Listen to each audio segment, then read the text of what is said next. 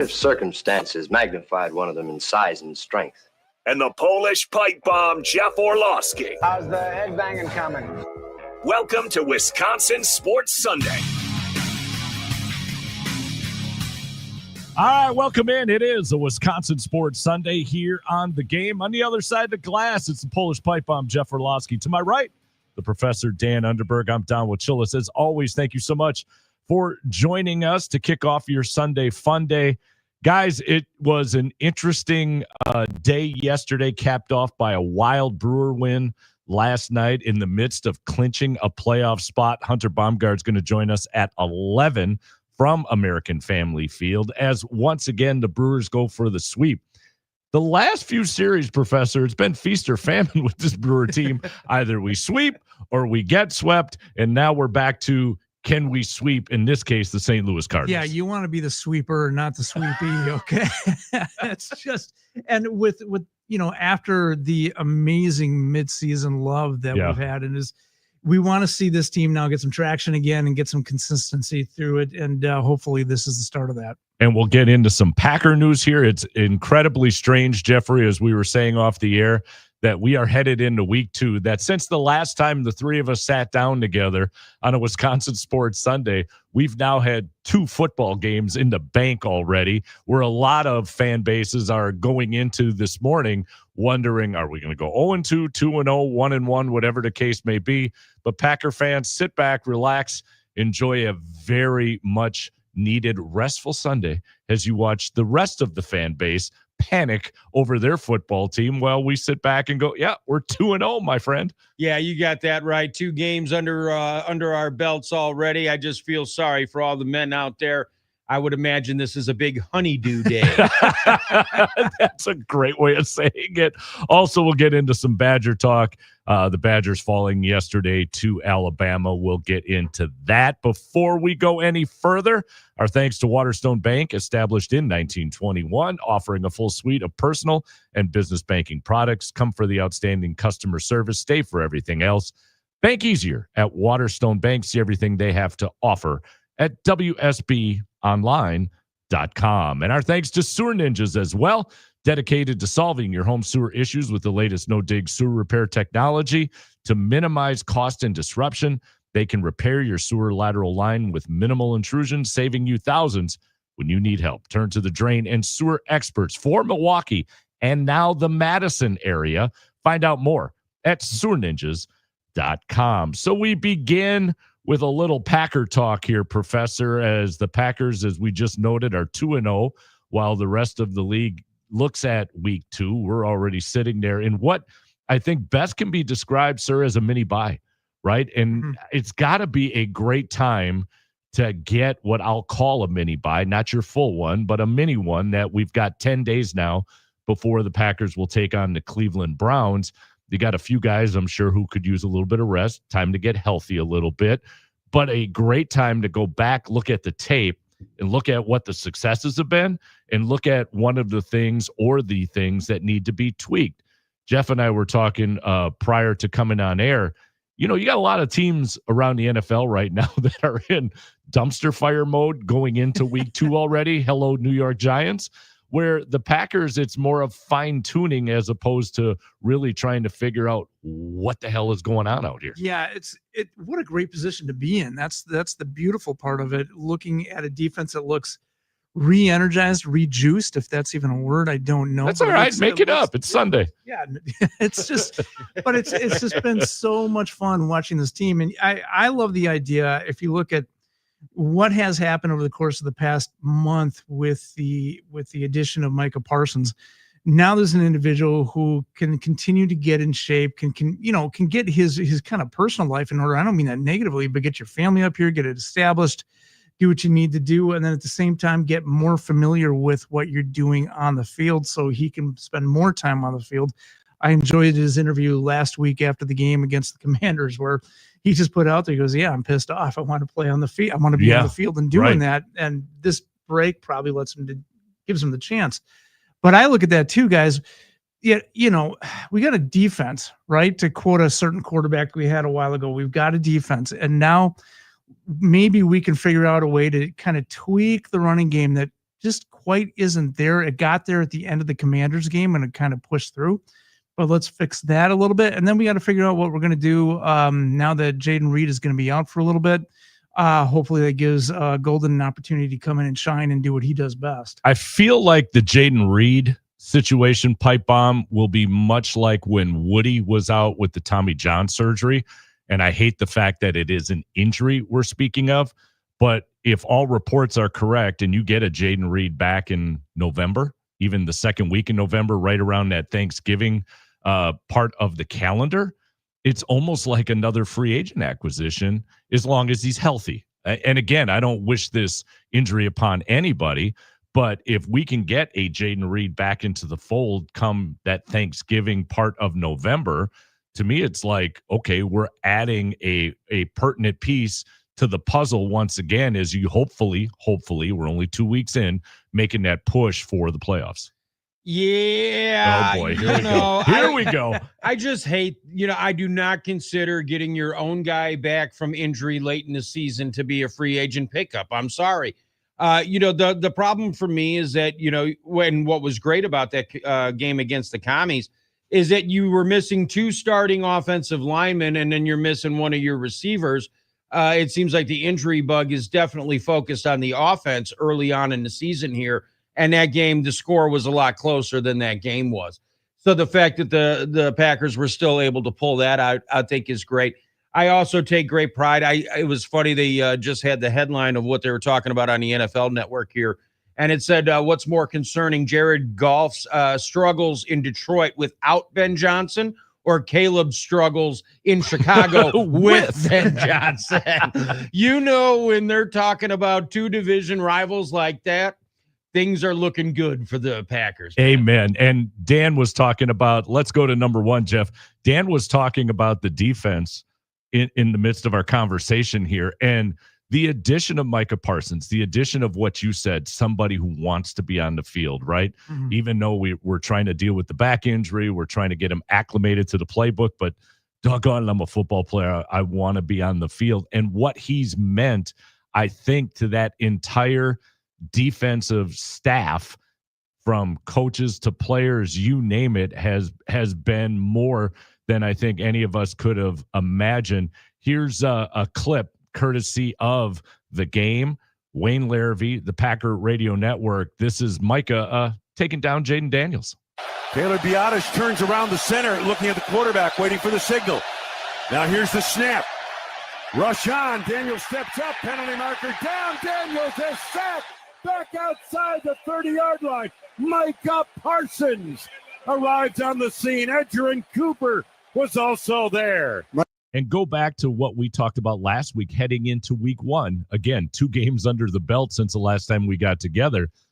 We were not necessarily putting the pressure on to say he needed to get those sacks, but apply pressure. Apply that offensive front to put a whole lot of emphasis on where you're at and let the other guys go ahead and eat.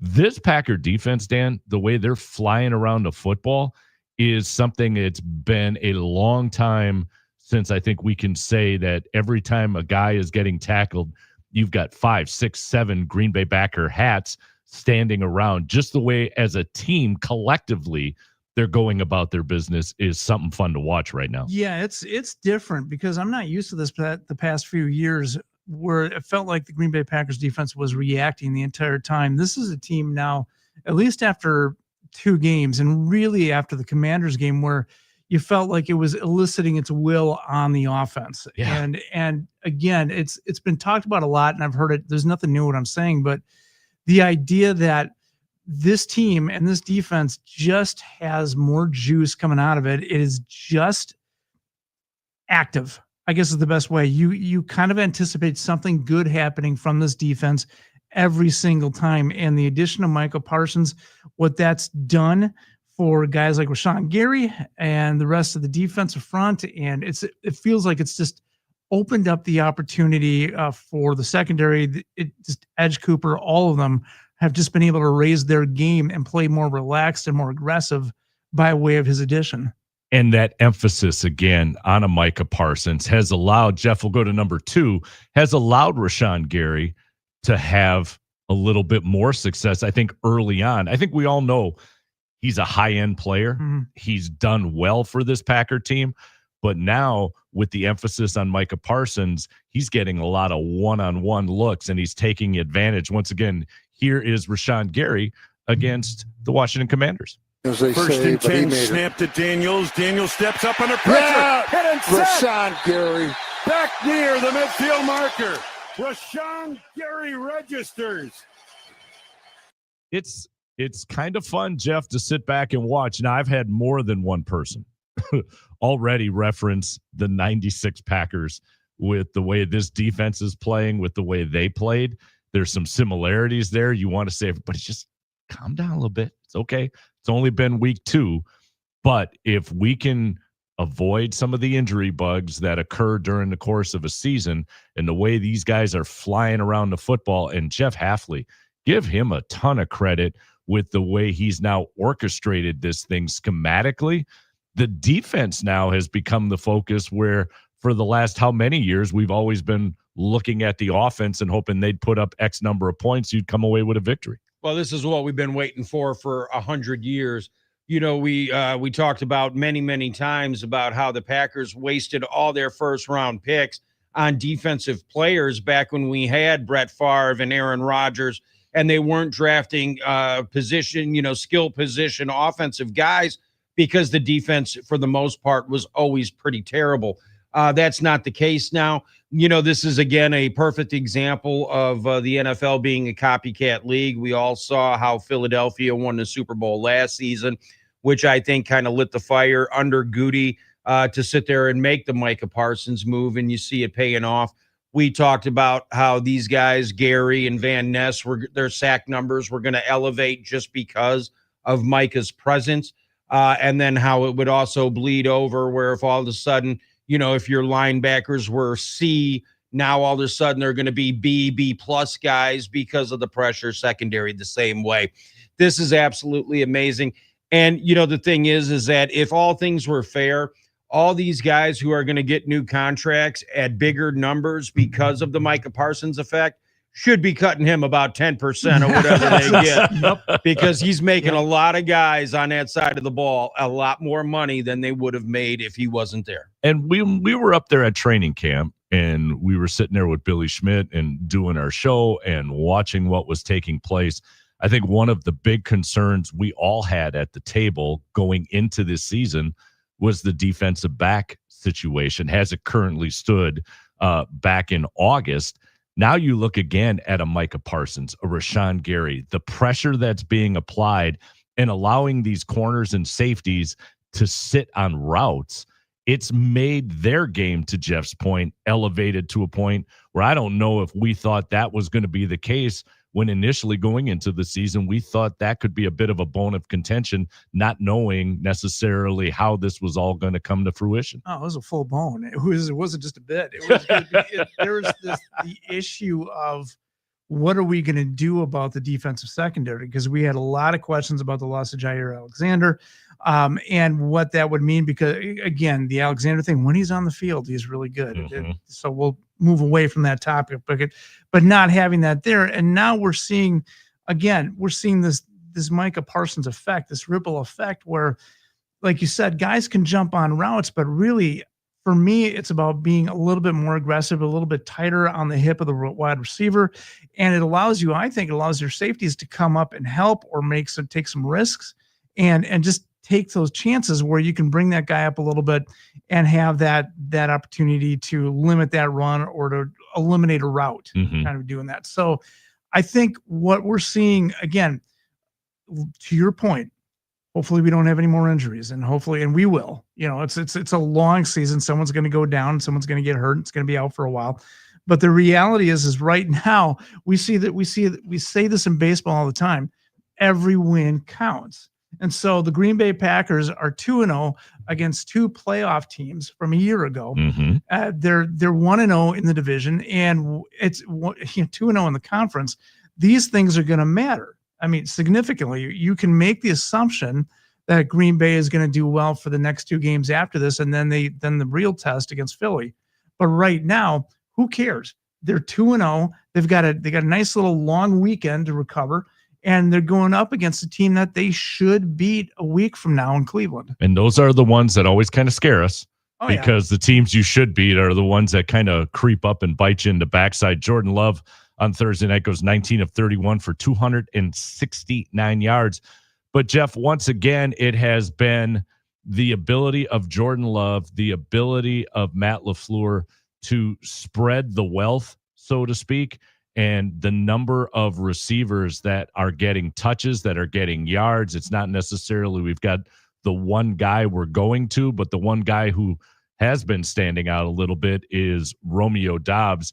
Here's a cut from Thursday night. Once again, it's the Packer Radio Network. Wayne Larrivee all here on the game. Love takes, looks, throws slant right side. Touchdown, Romeo Doubs! Got the slant on Mike Sainristil, still the second-year cornerback, and the Packers on the board first, leading 6-0. And not only with the receivers, but the tight ends. When your tight ends are effective, again, go back to 96, right? When you added Keith Jackson and what that meant to a Mike Holmgren offense, now you've got 2 tight ends, not necessarily that you've garnered through free agency, but that you've drafted and developed, and they've been so important to this offense as well. Tucker Kraft the other night with a big game. This is one of my favorite calls in week 2 so far of this season. Once again, it's Wayne Larrivee and Tucker Kraft with a big catch. Matthew Golden back to throw. Love looking, lofts it right side, and he's got his man open on the play for the catch between the numbers on the near right side. Luke Musgrave. Quan Martin gave a lot of cushion, and Musgrave made him pay for 23 yards, and the Packers in business. So I goofed. It's Musgrave. It's not Tucker Kraft. They're interchangeable. Awesome. They're tight ends. They're both awesome. I'm like, no, I didn't send the right one, did I? Sorry. That's on me. But you get the idea. Dan, step in anytime you're ready. Help your boy out a little bit. The tight ends are playing a role. They're being effective, and I'm going to regroup while you pontificate. All right, so let's back up a little bit. Earlier this week, I was listening to Drew and KB, and I liked what KB had to say when he brought out that it's really nice to get to see Matt LaFleur run his offense, that his offense wasn't being translated by a quarterback who may have wanted to do something else. And you're seeing that distribution. I think that's part of the offense. I don't think Jordan Love's going back there and thinking to himself, who am I going to get the ball to today? You're seeing him now to a degree. I think you're seeing him kind of manipulate the offense on his own end. He's more comfortable walking up, making the read, looking around. He's very comfortable in the pocket, which I've really noticed. And there's just a confidence about him that's going. Now, ticky-tack things. Go ahead. I'm looking forward to when Golden and Love get on the same page. They they didn't connect twice on deep balls. And I think that's an issue of both of them getting, I think the first one is Jordan Love getting used to a guy with that kind of speed, that 4.2 speed, just throw the ball and let him get to the ball. And then he just barely missed on a second route where it was underthrown, and just give him the chance to do it. I think you're going to see those connections and that relationship develop over time. If Love can, I think we've forgotten how lucky we were watching Aaron Rodgers just master the deep ball. That was insane. That was an era of Packer football that we just took for granted with all those connections, Jennings and Jordy Nelson and all those things that were out there. Now we're kind of back to more of a real quarterbacking where those deep balls are a little bit more difficult, but I don't think we're that far away where Jordan Love finds his touch with a real deep threat that the Packers can take advantage of. Jeff, to Dan's point, I mean, the beauty of being 2-0, sitting now in week 2 of the NFL schedule, waiting for the slate of games that will kick off today at noon, is that we're fine-tuning things. I go back to what I said earlier when we started today's show. This is not about who's going to play quarterback. like the Giants. The Giants are now wrestling, do we start Jackson Dart? Do we keep Russell Wilson out there? We have no idea what's going to take place. The Bears are wondering, are we in the midst of here we go again kind of affair under Ben Johnson when everything was rainbows and unicorns going into the season? We're sitting here now going, this is a pretty doggone good football team that we have in Green Bay, but are there things that need to be fixed, tweaked, improved upon?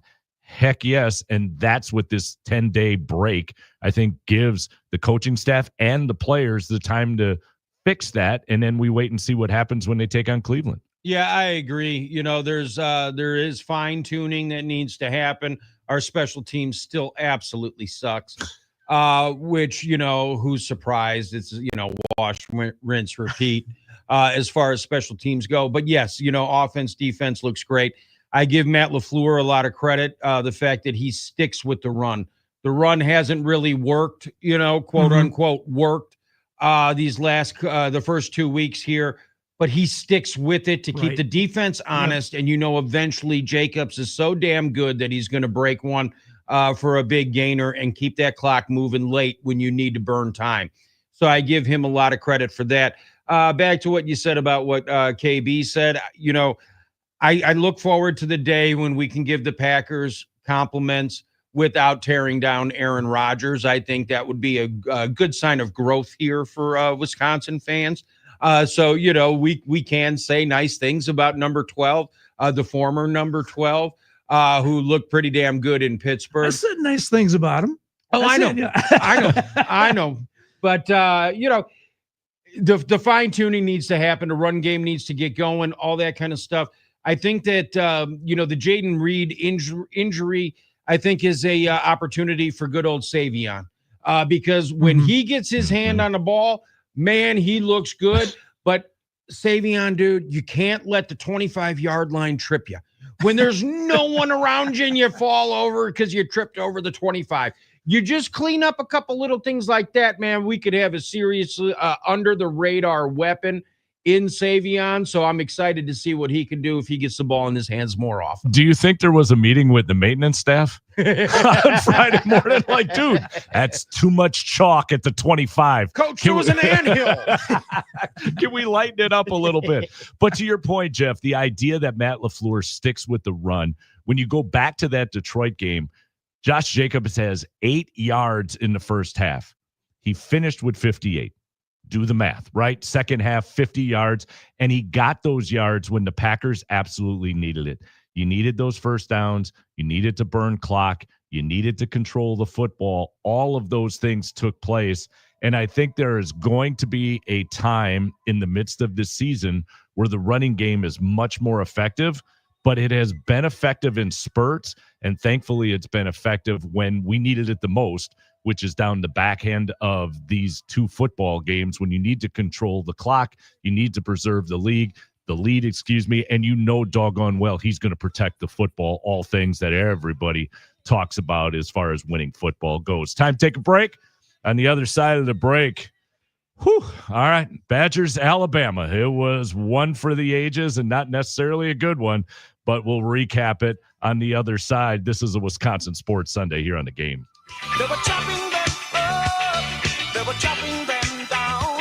It's an ancient Chinese art, and everybody knew their part. Step into American Place Casino, where the excitement never ends. Located in Waukegan, Illinois, just a short drive from Milwaukee. Over 900 slot machines, your favorite table games, 4 restaurants, live entertainment, and now our brand new poker room. Plus, we're proud to be the friendliest casino around with service that sets us apart. Whether you're here to hit the jackpot, catch a game, or just have an unforgettable night out, American Place Casino has it all. American Place Casino. Closer than you think. Friendlier than you expect. Must be 21 years of age or older. If you or someone you know has a gambling problem, crisis counseling, and referral services can be accessed by calling 1-800-GAMBLER. 1-800-426-2537. Does your business need new garage doors? At Geis, we partner with CHI Overhead Doors to install top quality materials engineered by industry leaders to ensure that each of our commercial door installs are long-lasting and hassle-free. Call us to get a quote and schedule your new CHI Overhead Doors commercial installation. 262-784-4250 or online at geisdoors.com. Don't think twice.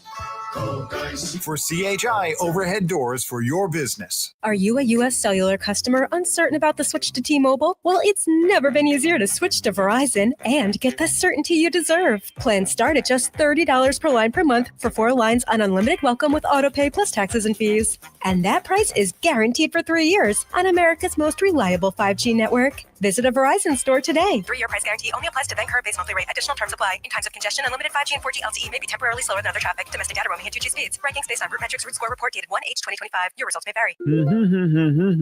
Jason, what are you singing? Working on a new jingle to promote Capital's $49 drain pipe.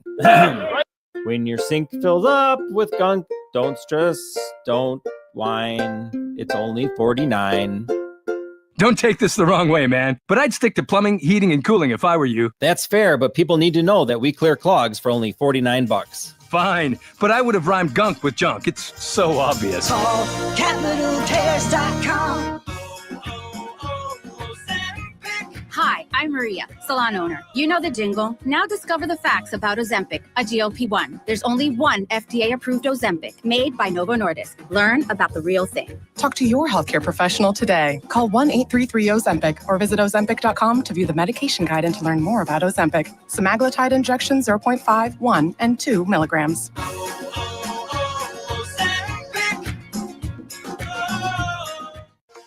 The Fox 6 weather experts are presented by AdventKnows.com. A dense fog advisory is issued through 10 a.m. on Sunday. Please take extra time if traveling. We'll continue to see that fog mix out and transition into a mostly sunny rest of the Sunday. High temperatures in the low 70s near the lakefront to the mid and upper 70s inland, and east wind 5 to 10 miles an hour. I'm Fox 6 meteorologist Lisa Michaels. This report is sponsored by Rocket Mortgage. Homeowners, would you like to save on your monthly payments? Mortgage rates have been dropping. Visit rocketmortgage.com today to see what you could save. Call 800-863-4332 for cost information and conditions. Rocket Mortgage LLC. Licensed in all 50 states. NMLSConsumerAccess.org number 3030. Make 97.3 The Game your number one preset on our free iHeartRadio app. Powered by Gruber Law. One call, that's all. Injured? Remember, one call, that's all. iHeartRadio is the easy-to-use app for music and radio. Download the free iHeartRadio app today. Brown 45! Brown 45! Hot, hot, hot, hot, hot,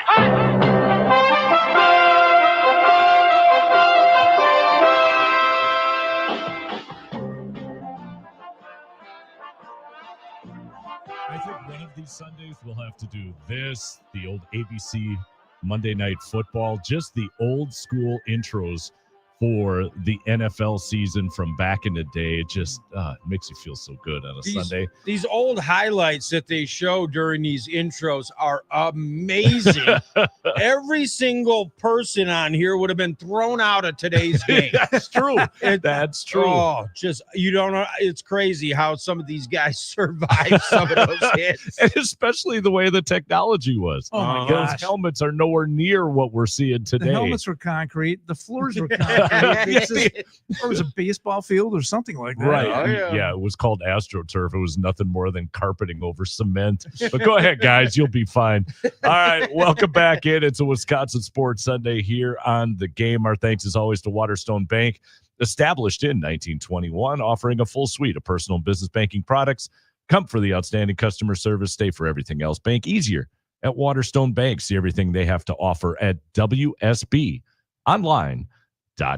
So we kind of expected what took place yesterday between the Badgers and the Crimson Tide of Alabama. I don't know if I necessarily thought or had hoped. I guess here's how it goes. Your brain says, be realistic. They're not going down to Tuscaloosa and they're not going to get a win. But before every game, sometimes the heart supersedes and you're like, okay, maybe there's a chance, right? Maybe if we get a few breaks, maybe if this happens, maybe if that happens. None of it came to fruition yesterday as the Badgers fall to Alabama 38-14. We could sit and do an entire segment of Matt LePay calling touchdowns seemingly for the Crimson Tide because the Badgers had very few as far as highlights go when we talk about scoring. However, we did get one highlight, and that was in the second half after Alabama just stormed down the field, scored, got hit with a penalty, had a kickoff from the 20. They did so straight to Vinny Anthony. Here's Matt LePay on the Badger Radio Network, which was heard yesterday right here on The Game. As Connor Tulte with the kick in the air, return chance here for Vinny Anthony. He'll field right side at the 6, running to the 15, the 20, 25. Anthony the 30, 35 to the 40. Anthony 45, 50. He's off to the races. Anthony the 30, 20, 10, 5. Touchdown, Wisconsin. Vinny Anthony gets the Badgers on the board.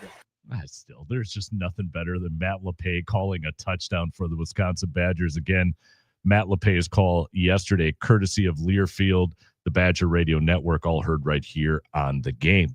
I think it was fair to say that Danny O'Neil quickly realized that this wasn't Miami of Ohio or Middle Tennessee.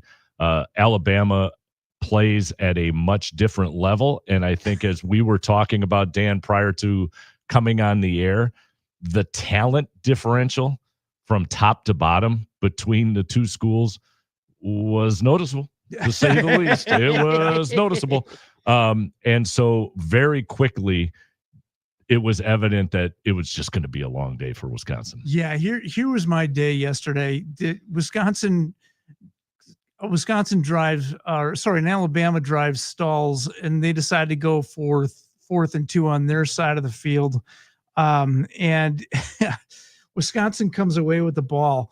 And I'm thinking to myself, okay, is that a little bit of disrespect that you go with 4th and 2 on, there's right. A lot of field that they'd be giving up to Wisconsin if they don't get it. Like, it felt a little disrespectful. So I wisely decided to post about that on X. The very next play. Daniel. The next play. Yep. What do you get? You get an interception from O'Neil, and then you realize, oh, that's right, it's Alabama. But you were talking about the talent differential, and the first thing that I noticed immediately when Alabama lined up on offense was these massive men that are your wide receivers. Mm-hmm. That now the goal when you were a wide receiver coming out of high school and trying to develop is become the new DK Metcalf. And that's what you see at Alabama. They were going 4 wide, and all of these guys were just men among boys, I guess is the best way to put it. The easy way to put it, yes. They did what they do. Alabama is now wide receiver U. Between that and Ohio State, those are the two programs that are just kicking out excellent NFL caliber wide receivers all the time.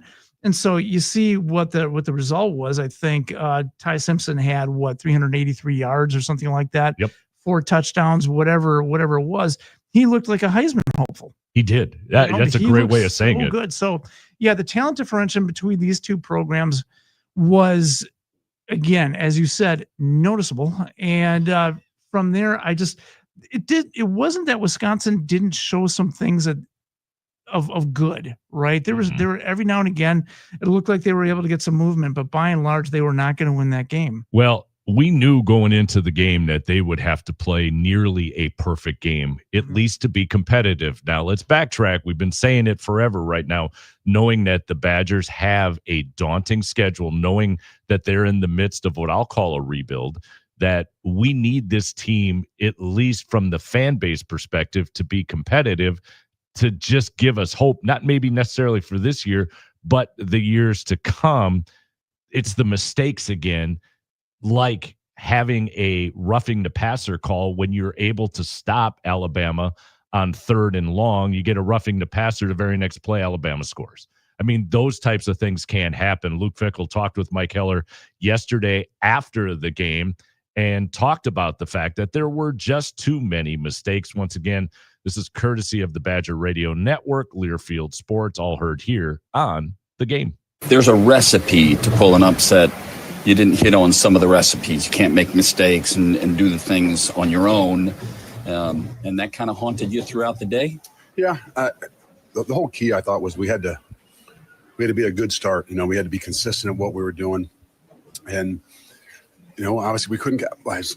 We get some stops and defensively, on 4th down, and then, we turn the ball over, and just the non-complimentary stuff right there in the first half put us in a position, and then we make some I don't say bonehead mistakes, but you get a penalty on a third down where you're off the field, and then that's what's complementary football is the other way, and they turn it into a touchdown, and it just there was a little chink right there that we weren't able to recover, and they exposed us. I'm a little bit done with complimentary football. I've heard that now for 3 years. I have not witnessed necessarily complimentary football over the course of an extended period of time. I think we've seen bits and pieces of it, but not seen it over an extended period of time. I'm not even going to look over there by Jeff. He's already rolling his eyes at me. We've seen complimentary football. We saw it yesterday. Go ahead, Jeff. Offense bad, defense bad, special teams besides the return bad. So yes, we've seen it. We've seen it. Okay, very well said. But he says in the midst of it, we have to get off to a good start. The Achilles heel of this team has not been getting off to a good or fast start. Even in those non-conference games against the Miami of Ohio's and Middle Tennessee's, it's not till the third quarter, end of third quarter, fourth quarter, before suddenly the team has the epiphany that we better put this thing in overdrive to win a game. You can't do that against the likes of Alabama. You're not going to be able to do it against the likes of Ohio State. We can go right down the litany of the schedule. It's just been an MO of this team under Luke Fickell, which is a shame because let's face it, when McIntosh hires Luke Fickell, that was whoa. Luke Fickell was one of the darlings as far as the coaching staff circle went when he was hired by Wisconsin. That was the get of all gets. And for whatever reason, at least at this point, not to say it can't turn around yet, but at this point, it just hasn't risen to the level of what the anticipation was when he was hired by Chris McIntosh over in Madison. Yeah, it has not gone as planned, I think is the best way to put it. And I look at these two games last year against Alabama at Camp Randall, and then obviously yesterday's game where, they made these plans for this game 6 years ago. Mm-hmm. Fickell wasn't even part of the radar at that point. And so, but he takes a team that's going to have these two games, and these have always been measuring rods for how the program is advancing or not, kind of a thing. And with respect, you've known these games are coming. You know that these are going to be challenging games against one of the preeminent programs in the United States. And everybody's hoping to see some type of level of improvement. Mm-hmm. Were the Badgers improved yesterday? Well, I thought they did a better job yesterday than they did against Alabama last year. Last year, I really felt like you saw the wheels come off in the first half. I think we saw two wheels come off in the first half yesterday, right? But I will say this: if there's one thing to look at with hope, that defensive line played ball. They controlled the line of scrimmage. Yep. I think Alabama only had 72 yards of rushing. Mm-hmm. That's saying something right there. The Fickell administration has improved the defensive line. They have done a good job. The defense, by and large, has been better. Again, you look at this thing sometimes and you think to yourself, what are they supposed to do when they're always on the field, kind of a thing. But it's just, man, it's not what you had hoped for 3 years ago. You were hoping that at the very least this would be a more competitive game when you imagine that the Fickell regime is going to come in and kind of overhaul the program. And I will only push back to the point that I don't think Alabama, as good as they were yesterday against us, is Alabama of old. After what I saw against Florida State, after I saw them have to take on a team that had speed, power, and effort, Alabama didn't know how to handle it. I think next week, and this is what kind of disturbs me as a Badger fan. So you go back a couple of weeks, and when Alabama loses to Florida State, again, it's much like when the Bears lose or the Cubs lose, and you turn on some radio stations to our friends to the south. The sky is falling, and the apocalypse is upon us, and we'll never win another game. That's how Alabama was reacting after they had lost to Florida State. Now, when you listen to their pundits talk, it was directional school last week, And they almost, Jeff, put Wisconsin into that directional school category, looking past the Badgers to what was going to take or will take place next week against Georgia to be the measuring stick to see where Alabama is at. And so did I actually think the Badgers, in my heart of hearts, had a chance going down to Tuscaloosa? No, not really. But doggone it, I don't want to be thought of as a directional school when you start playing some of these teams that are in the Division I Power 5 like you are. Yeah, I know. And it hurts. It hurts, but can you blame them? Right. You can't. And the fact is that the Badgers have only themselves to blame. Obviously, we know Alabama's got the deeper pockets. They're able to bring in the better talent and, whatever. You can make any excuse you want. At the end of the day, the things that the Badgers used to do well, running back offensive line domination, all that kind of stuff just doesn't hold up anymore. And I thought that this game is a good example. Badger Nation, I don't know if they were patting themselves on the back per se, but after dominating Little Sisters of the Poor in the first 2 weeks, oh my God, this defense looks great, and blah, blah, blah. Well, how'd the defense look yesterday? They look good against the run, to Dan's point, but they got no pressure on the quarterback. There were also way too many holes in varying situations where the defense didn't rise to the occasion. Yeah, we had optimism after the first 2 weeks against Cupcakes, and then all of a sudden all the optimism is out the window. And you just hope that Danny O'Neill's initials DON doesn't stand for done. I thought he was going someplace else with that. Take my name off the social media thing, would you please? Wow, Jeffrey. Dan, I was telling Jeff before we came on the air, and I know we're up against the break because we got to get the money train on. I'm watching Minnesota last night play against Cal. And they ended up losing. Don't get me wrong. The Minnesota doesn't look like Alabama or Georgia or anything like that. But when I watch Minnesota has taken what the Badger blueprint used to be.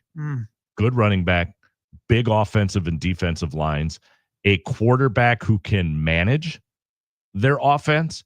All of those things that we used to do, the Minnesotas of the world and some other Big Ten schools are carbon copying. And it's frustrating, especially when it's row your boat dude on the other side of the river. Watch this. Watch this. Here we go. I miss the day when Wisconsin used to be like Illinois. Oh, on that note, let's get to a break because that one hurt. I need 2 minutes of a timeout. I'm taking a 30 real quick here. On the other side of the break, the Money Train joins us for his picks on this NFL Sunday. It's a Wisconsin Sports Sunday here on The Game.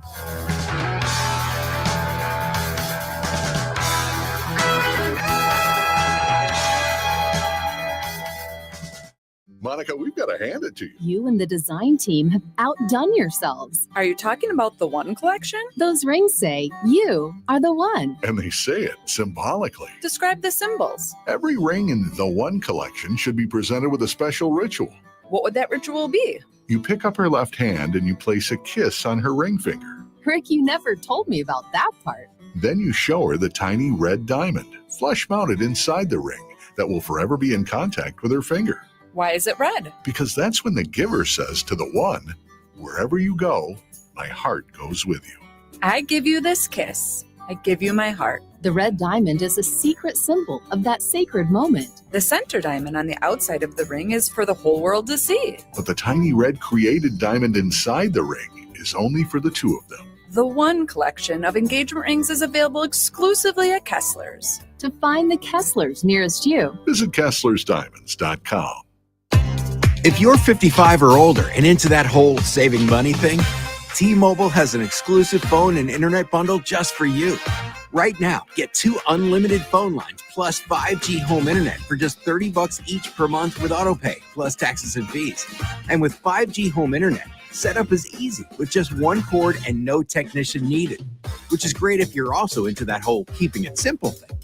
Switch now and experience the best mobile network in the U.S. Visit your local store to start saving. T-Mobile, it's better over here.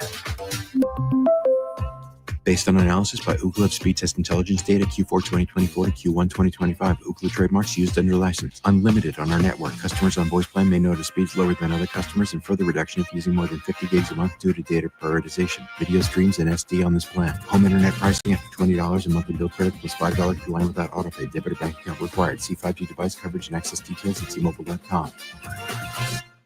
For a couple of years now, I've worked with Tom and his team at G2 Insurance for my home and auto insurance, and they have been great. But for all you smart and good-looking listeners that are business owners, you should give G2 a call. They know how busy the life of a business owner can be, and they take all of your insurance worries off your plate so you can focus on your company needs. Whether it's workers' comp, liability coverage, or company vehicles, G2 is here to help. Go to G2INS.com. That's G2INS.com. They are your friend in insurance. Are you a U.S. Cellular customer uncertain about the switch to T-Mobile? Well, it's never been easier to switch to Verizon and get the certainty you deserve. Plans start at just $30 per line per month for 4 lines on unlimited welcome with autopay plus taxes and fees. And that price is guaranteed for 3 years on America's most reliable 5G network. Visit a Verizon store today. 3-year price guarantee only applies to then current base monthly rate. Additional terms apply. In times of congestion, unlimited 5G and 4G LTE may be temporarily slower than other traffic. Domestic data roaming at 2G speeds. Rankings based on Root Metrics Root Score report dated 1/8/2025. Your results may vary. I'm sure you've heard plenty of stories of identity theft, maybe even from someone you know, but it's happening so much more than you can imagine. Guess how often identity theft occurs? Ready?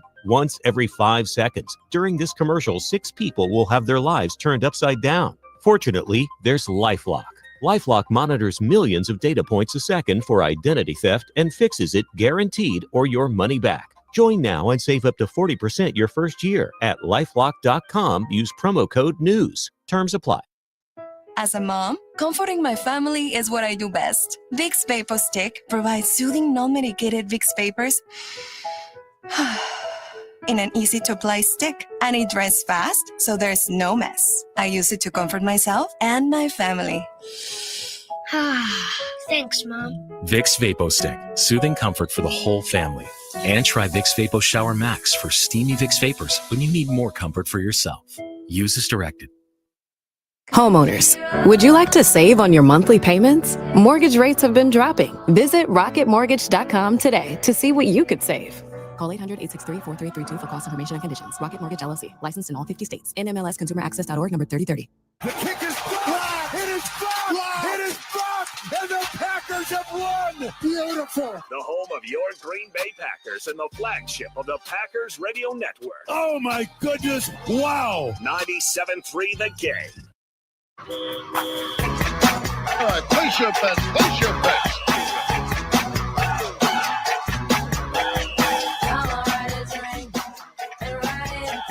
Welcome back in. It is a Wisconsin Sports Sunday here on The Game. The Money Train, he's brought to you by the Red Zone. The Red Zone located on Howell and College near the airport in Milwaukee. Enjoy a draft and watch the game on one of their many TVs located throughout. That's the Red Zone on Howell and College. We jump to the NicoletLaw.com talk and text line and bring in the man who's going to help you win some cash today. TA joins us. Good morning, boss. How are you guys? We are. What a weekend, hey? Yeah, we are doing fantastic as we get ready here for a little NFL football on a Sunday. So let's get right to the picks, my friend. Number 1. All right, we got the Giants going into Dallas. Jerry's not going to drop 2 in a row. Let's go with Dallas minus 5.5. Dallas minus 5.5. I kind of like it considering the fact I don't think the Giants know what end of the football they're supposed to utilize when they're throwing it. So we move to pick number 2. All right, Seattle's traveling all the way over to Pittsburgh. See our old friend Aaron Rodgers.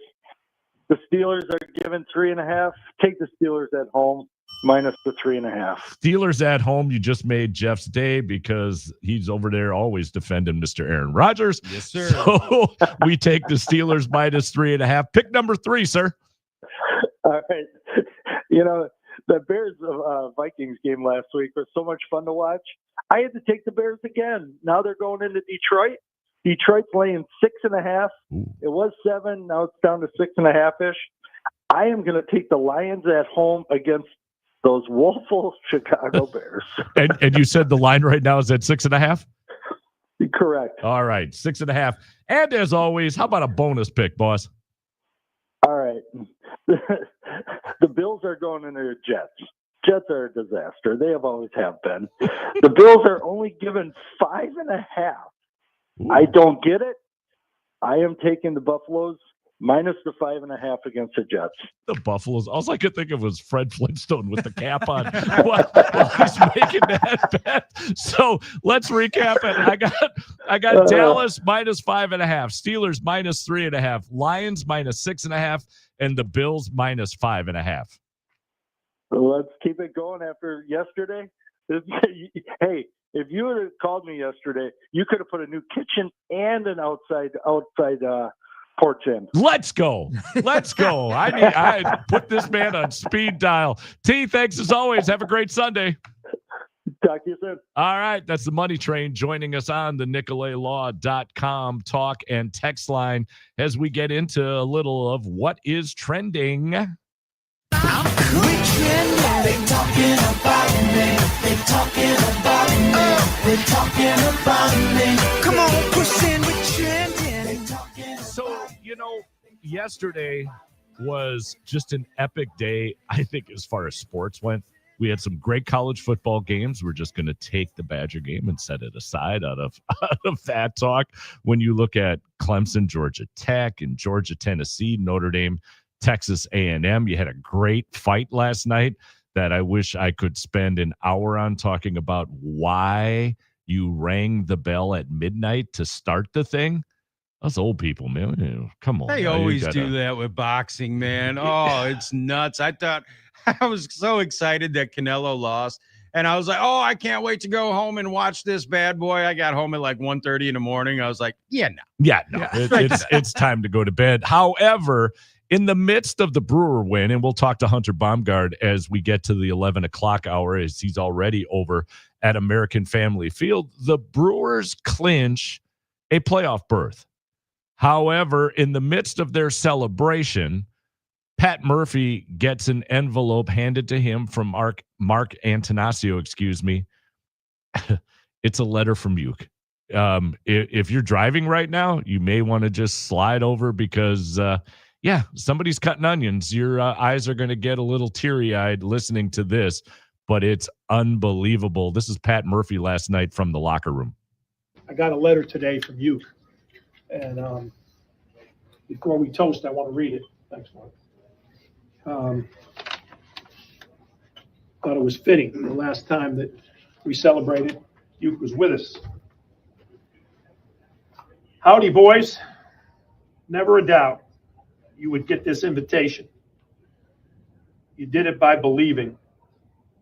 Really miss you guys, and I wish I was there. Things are good. The God Almighty picked me to be on his team up here, albeit I'm the third catcher. It's a great league. No day games after night games. No shadows. But you got all the sticky you need to have up here. Told the big guy about you guys. You play hard every night. You're not afraid to play for each other. He's obviously very interested in the group with this uncommon goodness. The fact that you have the best record in baseball, the best road record in baseball, has caught his attention. You don't really need me. I know you guys really don't need me, but I've got to tell you, I'll be on the headset every night watching. And don't forget to take it all in, enjoy it, keep it light, and believe in each other. Bob Uecker. So let's toast to him and to our team, what we've achieved so far. Hey. Amazing. I don't know how else to phrase it. It just absolutely amazing, Jeff, to see what took place in that locker room. I think after last year, when Uke had the discussion with several players when they were eliminated from the playoffs, who I think then understood, I'll call it the writing on the wall, to get back now into the playoffs and have something like that take place. It's special. It just is. Yeah, it really is. And we all know that Uke was the face of the Milwaukee Brewers franchise for 50 years. And the fact that he sat there and wrote that letter, it just makes you think how special of a human being he was, the impact that he had on young kids, over 50 years. People that sat there don't remember his career or anything like that. He was just a broadcaster to them. But he touched so many lives, and it kind of makes you sit there and think, is there going to be another letter after every single round that the Brewers advance? I would love to hear what, if Mark is handing Murphy letters after the NLCS and after a World Series victory, what those say. Wow. Let's do it. Yeah, Yes, sir. absolutely. Yeah. Let's get there and see if the envelopes, do exist. And on a lighter note, as we make our way to the top of the hour, Dan, shame on people who took off early yesterday. Because I know if I would have been at the game with my pops 20 years ago, it'd have been about the 7th inning, and he'd be elbowing me going, come on, we got to beat traffic. Let's get out of here. We got to beat traffic. Let's go. And there were a number of people last night. Listen, I was guilty of it on the television, watching and going, let me go watch this Notre Dame Texas A&M game, and thankfully you get the alerts now on your phone. I was like, whoa, I got to get back quick. We got to see how this thing ends, and it ended in an unbelievable fashion. And we'll talk about last night's game and what takes place today when we come back after a break, as Hunter Baumgart will be joining us from American Family Field. Hour number 2 of a Wisconsin Sports Sunday comes up next here on The Game. If your bathroom is holding your Milwaukee home back from feeling complete, Bath Fitter can help. Their seamless walls are made in-house, easy to clean, and built to last. And it's not cookie cutter. You design it your way with their simple online tool. Bath Fitter focuses only on tubs and showers. No windows, no roofs, just fast, expert transformations. Right now, get 0% financing until 2030 or save up to $1,200. Call Bath Fitter today at 262-524-8172. That's 262-524-8172. You ever hear a deal so good you think, what's the catch? Yes, when I got a free gym membership, and the catch was I still had to go. Well, right now, Capital is offering great financing, no catch. No selling a kidney? Nope, just easy financing and honest service during Capital Credit Days. Now through October 31st, air conditioners start as low as $65 a month, furnaces only $59 a month, or a complete system only $117 a month. Capital, where you choose cool or cozy with no catch financing. Call CapitalCares.com. Here's a dose of reality. Driving under the influence of prescription painkillers is just as illegal and just as deadly as driving drunk. In fact, there are nearly 2,000 drug-related crashes every year in Wisconsin. Help prevent drug driving, and let's achieve 0 preventable deaths on Wisconsin roadways. Driving on pills kills. Sponsored by the Wisconsin Departments of Health Services, Transportation, and Justice. After a crash with a semi-truck, everything can change instantly. At Gruber Law Offices, we have the knowledge and experience to make sure you're protected. And we're here to help whenever you need us. Gruber Law Offices. One call, that's all. Thielman Heating, Cooling, and Plumbing is celebrating 96 incredible years of trusted service. Right now, get a $96 furnace tune-up, a deal as solid as our reputation. From top-tier equipment to expert installation, Thielman delivers comfort you can count on, backed by nearly a century of experience. But hurry, this limited-time offer won't last long. Visit ThielmanHeating.com to schedule your $96 tune-up today. That's ThielmanHeating.com. Comfort you can trust for 96 years and counting. Make every day extraordinary with something special from Wisconsin. From artisan cheeses to fresh produce to maple syrup, the Wisconsin Department of Agriculture, Trade, and Consumer Protection's Something Special from Wisconsin program is proud to work with member businesses that certify their Wisconsin-made and processed products. Look for the red and yellow sticker and visit somethingspecialfromwisconsin.com to find member businesses and products made with care, quality, and love. Sponsored by Wisconsin DATCP. Introducing the new Dell AI PC powered by the Intel Core Ultra processor. It helps do your busy work for you, so you can fast forward through editing images, designing presentations, generating code, debugging code, summarizing meeting notes, finding files, managing a schedule, and responding to Jim's long emails. Leaving all the time in the world for the things you actually want to do. No offense, Jim. Get a new Dell AI PC at Dell.com/AI-PC. How those ahead stay ahead. At Straight Talk, we get it. You say no a lot. Mom, can I get a tarantula? No. Coffee? No. So we're giving you more reasons to say yes, like a free 5G phone with real unlimited data with select plan activation. Can I use the free phone?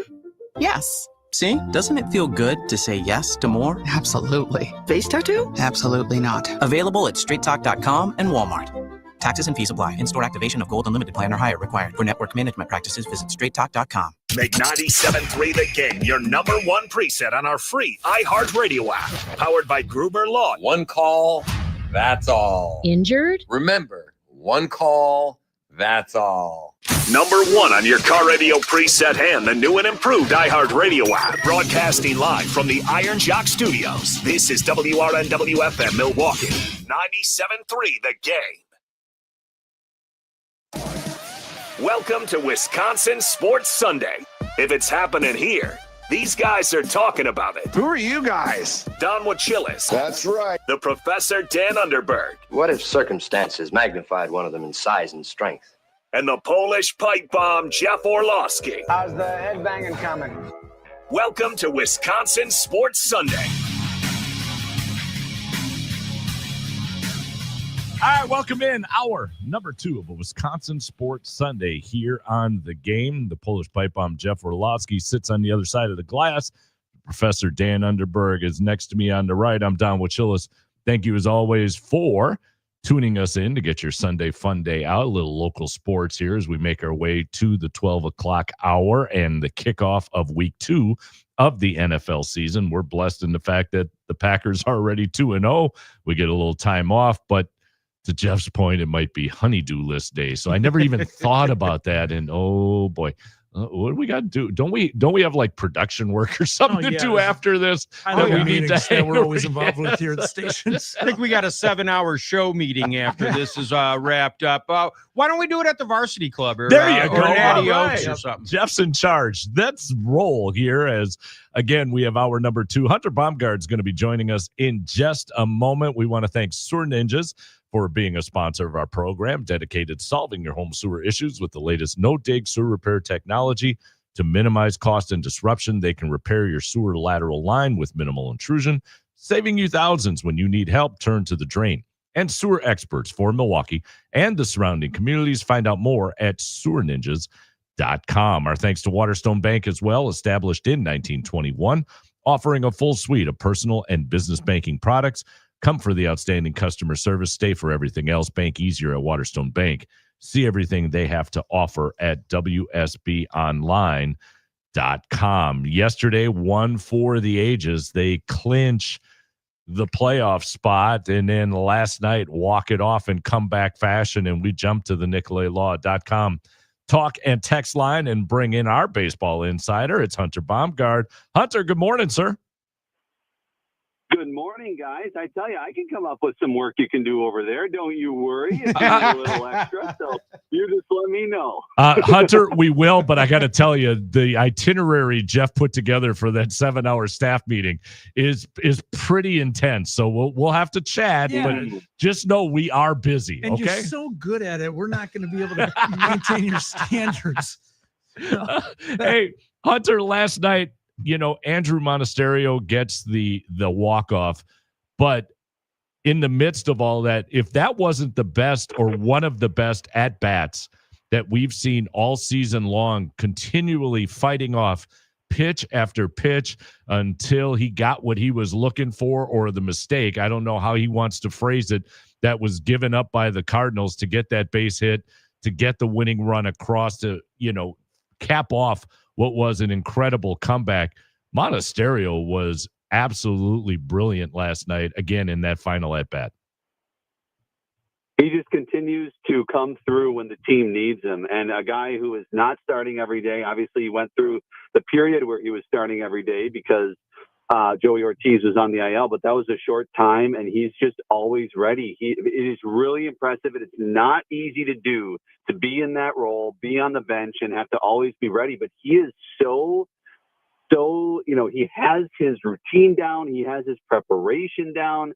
He was talking to us last night about how he, is talking a little bit to Murphy and to Weeks throughout the game, kind of watching how the game is going. Okay, they're pinch hitting a guy here. I might have to go to defense here. And he's like, I'm kind of staying a step ahead now. And it's interesting because I feel like he's almost setting himself up for kind of like a coaching career after this because of how he is seeing the game and how he's seeing it through Murph's eyes, through Ricky's eyes.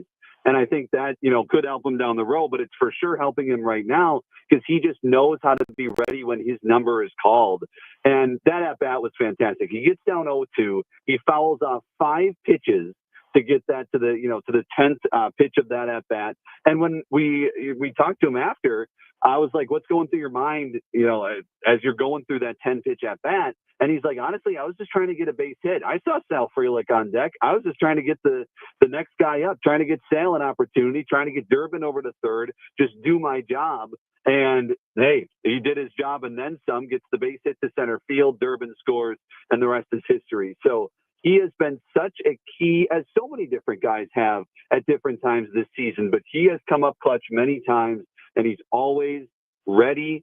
And it's really impressive the way, he is able to be ready in those big moments.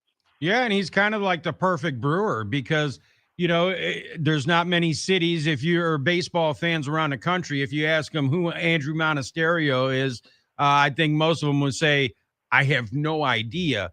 Unsung dude, doesn't complain, gets very limited opportunities and makes the best of them. That's why he's so easy to root for and why I think a huge part of this fan base loves and appreciates the success when he does get the opportunities.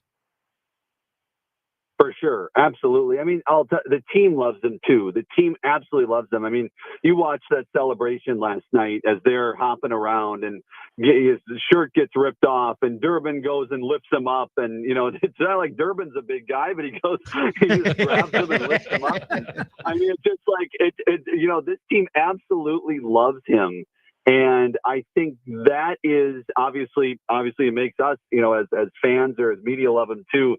And I mean, I love talking to him. He's very thoughtful in his answers with us and the way he thinks about the game, the way he thinks about just being a major leaguer. I mean, he has said multiple times, hey, if I'm a bench player in the major leagues, that's a lot better than being in the minor leagues. And he just embraces his role. There's not everybody does that. And that goes into the whole mantra, the whole, viewpoint of this baseball team, in the fact that, Christian Yelich said it last night to us as well. He's like, this team, it doesn't matter who, and nobody's trying to be the hero. I mean, Monasterio said it to us as well last night. We're not trying to be the hero. We're just trying to get it to the next guy and just trying to win as a team. And Christian Yelich said it to us last night. He's like, that's not the case everywhere. And Yelich has been on a lot of teams. He's been around the league for a while. That's not the case everywhere. And so I think that goes into this whole team mindset that has allowed them to get to 91 wins so far. Hunter, just asking out of complete ignorance on this one, how much longer do the Brewers have with Monasterio in terms of contract length? Because it seems to me that over time there's going to be value placed on a guy with his skill set. Either he will be able to find a place to start somewhere, or you're going to want that kind of leadership in your dugout. So how much more control do the Brewers have with him? Yeah, it looks like he has 1 year of arbitration left. So next year he'll be arbitration and then possibly a free agent after that, it looks like. And so, yeah, they've got about 1 more year left of it. I mean, he's a guy that's making $584,000 this year. And you think of the contributions that he's made. And I know, like, in our terms, that's incredible. But like in major league terms, obviously that's, and there's a lot of guys that are like that this year that are contributing. And that's how Milwaukee has to win. And it's guys like Andrew Monasterio making that type of money that's going to, contribute to a team like this. And so, absolutely, I think his, he's starting to gain experience now, having a few years under his belt in the big leagues, and just the way he is around that clubhouse, as I mentioned, he's universally loved. So, yeah, I mean, I wouldn't be surprised if he sticks around maybe even for longer for that. Or, you might think, okay, we got kind of the best, years of him, as well as we've seen, the Brewers do sometimes where they think they have the, best years of a certain player. But he is really a contributor.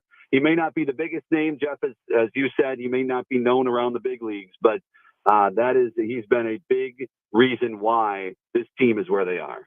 I don't want to rain on the positivitude parade here, but Jacob Mizorowski, man, when is it time to get nervous with his performance as of late? Yeah, I think I'm a little nervous when it comes to this season. I'm not nervous when it comes to long term. I think he's going to be a very good pitcher in the major leagues, and could be that star that we saw in the first month and a half of the year. Obviously, they've figured him out. I mean, last night the Cardinals were, I think they were 4 for 5. I think they were 4 for 5 on sliders put in play, against Mrs. Slider. Then his fastball, they were attacking that fastball. Mrs. Fastball in the 4th and 5th innings was hitting 96, maybe a 97 here or there. That's not 100, 101, 102. So I think I'm a little concerned when it comes to this season. And that's obviously what we're focused on. But I think people should definitely don't, jump here from Jacob Mizorowski when it comes to the future, because I think this guy is a big part of the Brewers' future. I think he's going to be a really good pitcher for years to come, but he's still finding his way in the major leagues. And I think we've seen that, and he's kind of had his, come down to earth moments here. Has he been awful? No. Has he kept you in a ball game? Yes. But there's, these games are not, when Jacob Mizorowski takes them out, it's usually kind of like a comeback scenario that the Brewers have found themselves in. So then the question becomes, okay, what do you do with him the rest of the year? I think he probably starts the rest of the year, but then when it comes to comes to October, I could see him in that bullpen role. We asked Pat Murphy about it yesterday, and he was like, when it comes to, he actually used the Craig Counsell term. He said, when it comes to the playoffs, then you're becoming out-getters instead of necessarily starter reliever. You're just trying to get outs however you can. And I feel like that was kind of the, kind of putting it out there that it could be a possibility that Miz is in the bullpen when it comes to October. And I think that may be the best route to go. Yeah, I would agree with that. I just, what I worry is, especially in a short 5-game series, if he's in the midst of pitching himself off of the roster for that round. I think for a 7-game series, he's definitely in the pen, but for a short 5-gamer, I don't know. Okay, you mentioned Mighty Mouse picking up Monasterio and everything like that. That guy has a magnet on him. He's been hit by 177 pitches so far this season. He's scoring two nights ago, sliding in at the plate, gets doinked in the head by the throw home. Why is it that certain players have a magnet for the baseball? And my concern with him is that he's so darn valuable at, with his bat, his clutchness and everything like that. I don't want him to take a pitch off the hand or something like that. I don't even want to throw that out in the ether, but I worry about Mighty Mouse a little bit with the magnetism that he has that attracts baseballs to his body. Totally. I mean, yeah, 4th most hit by pitches in a season by a Brewer. Fernando Vina has the record at 25. Durbin sits at 20 right now. So, Vina and Weeks actually tied for that record at 25. And then Fielder in 2010 had 21, and then Durbin sits at 20. So he's already put himself in the top 5 in that category. I don't get it either. I mean, it's just some guys, it's kind of, Wilson Contreras, I know, maybe earlier this season there was an intentional hit of him, but he's another guy who gets plunked a fair amount. Like, I feel like there are certain guys that just kind of attract the baseball and you can't really explain it. It's just kind of, there's something in the galaxy is, just drawing the baseball over to Caleb Durbin. I'll tell you, it's like you said, it's risky in the fact that you don't want him to get hurt. But you love having him on base and the speed on base. Absolutely. I mean, he was part of one of the big innings was a hit by pitch there late in the ball game last night. So I think, it's, hey, if Durbin's on base, you're happy with it. You don't want him to get hurt. I don't really know why it happens. I can't explain it. I don't know if anybody can. But hey, if he's on base, you're in good shape.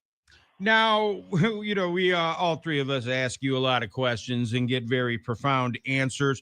But being a Brewer fan for your whole life, I'd just like to give you the floor and let you talk a lot of smack about the St. Louis Cardinals if you want, and air some hatred towards those stupid dead birds. Air the grievances. Oh boy! I mean, I don't know. I'm close to the dump button, Hunter. Just go ahead. No, I think look. I mean, it is the way the Brewers have really dominated the division over the last few years has been incredibly impressive. You talk about the Cubs, you talk about the Cardinals, two teams that, yes, Brewers fans absolutely despise. You can argue which one you despise more. I think, it depends on the year. It depends on the season. Obviously, since Craig went to Chicago, I think the Cubs have vaulted up probably higher than they were before. But I do think this has been, it's been just an absolute blast. And to enjoy this as Brewers fans, I know the postseason success hasn't been to the exact spot that you wanted to yet. However, this season has been magical, and I expect that to continue into October. But with the way this division has went in the Brewers' way, the way they've been able to beat the teams that are the most hated, so to speak, in the Cardinals and the Cubs, it's been really impressive and really fun. And so I think it's something to admire, and it's something to just enjoy, because it definitely, as you guys know, it definitely was not that way for many, many, many years.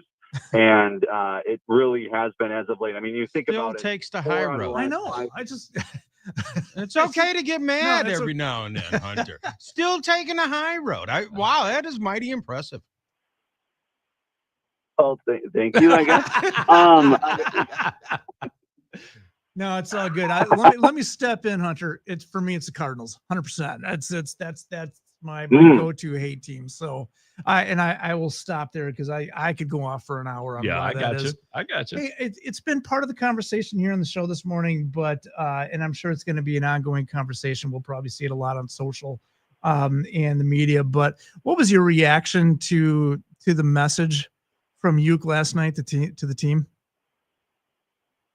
Yeah, that was incredibly special. I mean, that was, Tim Allen said on the postgame show last night that it was out of left field, and I think it's a great way to put it with the baseball analogy. I think it's interesting. So last night, we go down, we do our normal postgame press conference with Pat Murphy, and that was after he had delivered the message to the team, and we hadn't necessarily. We didn't obviously see that before we talked to him. We didn't know what was said in there. And he was asked, so what did you say to the guys? And he's like, it'll be up there. It'll be out on social, right? He didn't really give much of what he said. Later, he did divulge that he had talked about, how the team has overcome adversity and things like that. And I think that was probably the part that we didn't see, the video that wasn't put out there. And then we go into the clubhouse and we talk to some guys, and I could tell some of the staff were maybe, a little bit, I could tell some of them were maybe a little emotional, and I'm like, oh, it must have been, a stirring speech by whoever, Murphy and Yelich. I knew Yelich talked as well, and he shared a little bit about what he said, but obviously that was put on social media last night. And I encourage people, if they have not seen Christian Yelich's speech as well from last night, the Brewers put it out on social. Really, really good stuff. And that's something that Yelich has been a quiet leader in his time with the Milwaukee Brewers. But I think in recent years, and especially in the last couple, I think he has really taken it upon himself to be a more vocal leader in that clubhouse. And I think he's a guy that absolutely everybody respects in there. But going back to the Euchre message, it was perfect. And it goes back to what this season has been all about, what this ride has been all about, the Euchre magic. It just all fits in, and this organization, the Pat Murphy is the manager, Matt Arnold is the general manager, and these players, it's a very thoughtful group, and that's what makes it so fun to cheer for these guys, so fun to cover these guys, because they realize the bigger picture. They realize what Bob Uecker meant to this fan base, and obviously the celebration a couple of weeks ago. Like, there is a bigger picture sense and a thoughtful sense about this organization.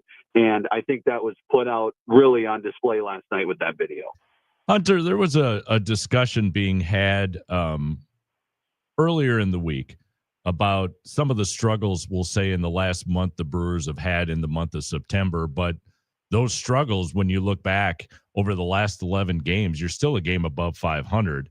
And my argument to it is, if these are our struggles, when you look at some other teams who go into 10-game or 12-game losing streaks, if our struggles are the fact that we're a 500 ball club, that to me, when you talk about this season being special, that to me is another indicator that we haven't had those stretches where you go into tank, so to speak, that when we go into tank, we're playing 500 baseball, which again, at least in my humble opinion, means you've got a team destined for some greatness once we get into October.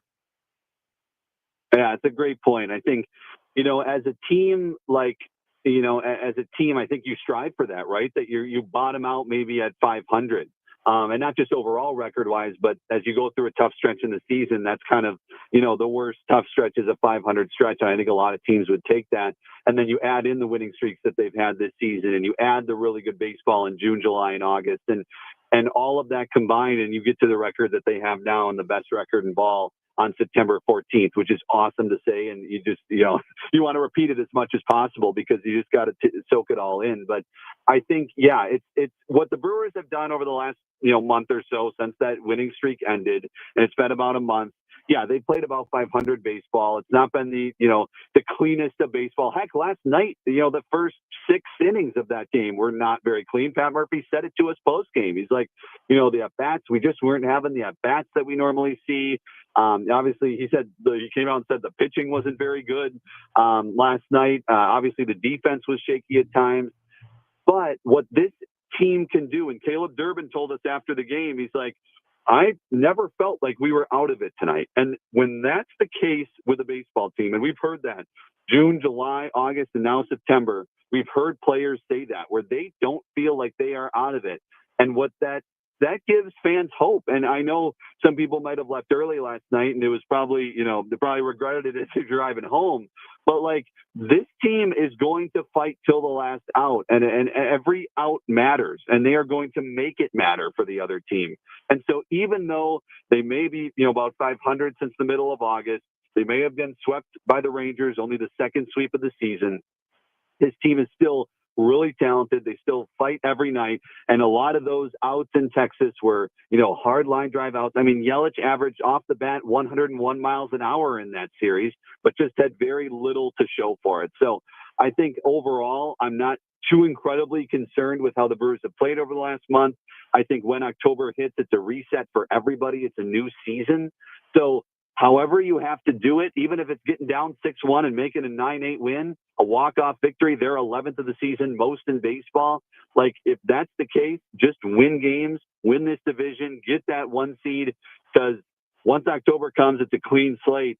And this team has a lot of different ways they can beat you, and that's what makes you excited for postseason baseball. Well, I know that some fans might have left early last night. I know who didn't, and that was you, Hunter. You were at the park for 25 hours yesterday, and you're back there already today. So my hat's off to you. I hope you're really enjoying your relaxing weekend here. A great way to rejuvenate yourself before the work week.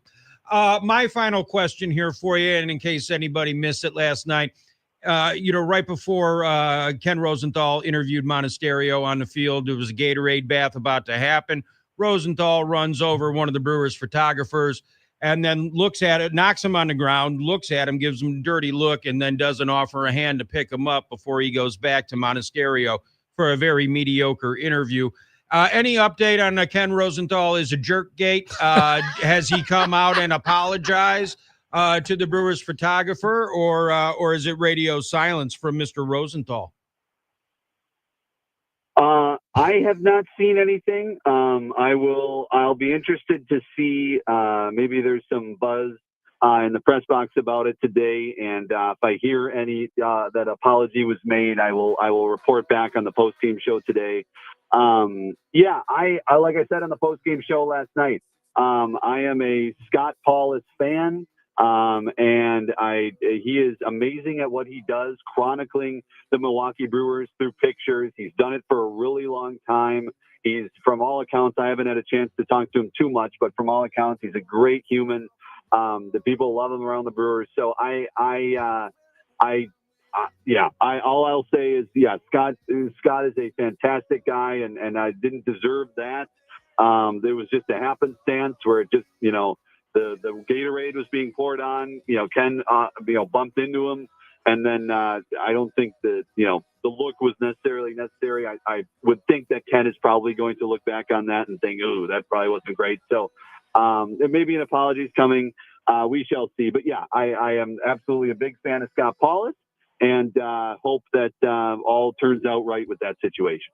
Jose Quintana on the mound for the Brewers today as they go for the sweep against our arch rivals in the St. Louis Cardinals. Hunter, we always appreciate the time. Enjoy the game, and let's hope we get the sweep and make life a little bit easier for you guys when it comes to the postgame show. Yes, absolutely. Thanks for having me, guys. Always a blast. Always good to have Hunter Baumgart, who joins us on the NicoletLaw.com talk and text line from American Family Field, again, as the Brewers go for the sweep against the Cardinals.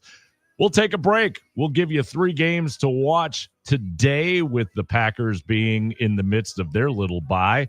We'll also get into some Division III, some good football games being played at the Division III level yesterday. We'll get you some scores and some updates there. All of that coming up after a break. It's Wisconsin Sports Sunday here on The Game.